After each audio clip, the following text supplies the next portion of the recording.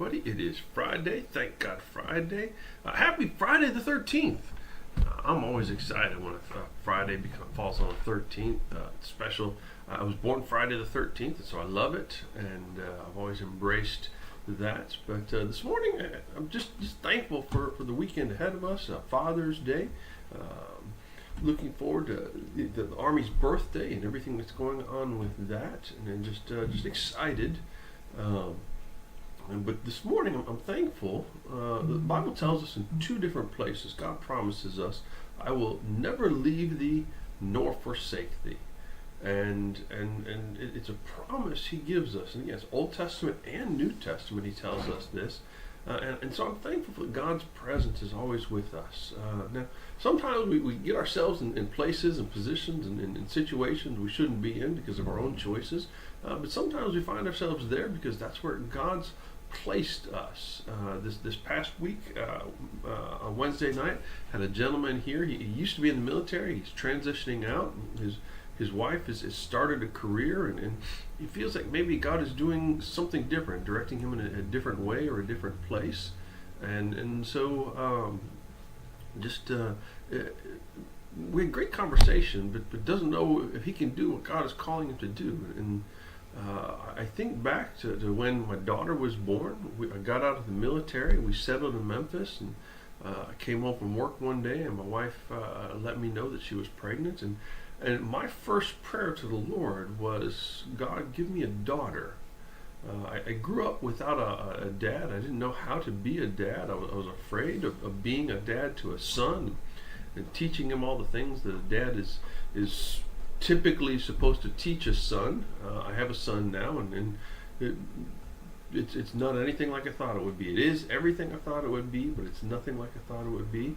And so I prayed God would give me a daughter because I didn't know how to be a dad. Now, being a dad for a daughter is simple. You just you take them on daddy-daughter dates, you spoil them, and then you just, whenever a boy comes to the house, you clean your shotgun and you look at him mean.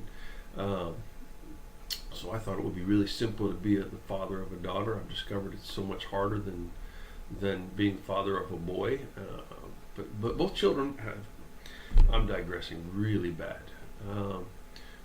I was afraid that I couldn't do what God was giving me to do, that he was giving me children, and I didn't know how to be a father because I never had a father. And yet the Bible is full of examples. The Bible is full of lessons. God placed around me people who helped me, who taught me, who listened to me, who did things and were instructions to me. They gave me examples to watch and to look at. And so whatever it is that God has called you to, whatever that God has brought you to, whatever you find yourself in because of your own rebelliousness, your own choices, whatever it is, understand that God has promised us that he will never leave us nor forsake us. Wherever you are at, God is with you there. And so I preached on it before. We hear all the time, God will never give you more than you can bear. I've even preached on it once. But when we look at the entirety of the Bible, what we discover is when we look at our own lives, God gives us so much more we can bear because he wants us to recognize that he's the only one that can carry us through it. We can't get through it on our own. We can't do it on our own. It's only through him and his power and his presence in our lives. So whatever you're facing today, whatever you're dealing with, whether it's being a father, whether it's the loss of a father, whether it is problems at work, whether it is being an example to people you work with, whether it's whatever it is that God has for you, whether you're afraid of it, whether you're excited about it, whether you don't think you can, whether you're facing some trials or trouble because of things that you chose. Understand, God is with you through it all, and He's there. He wants us.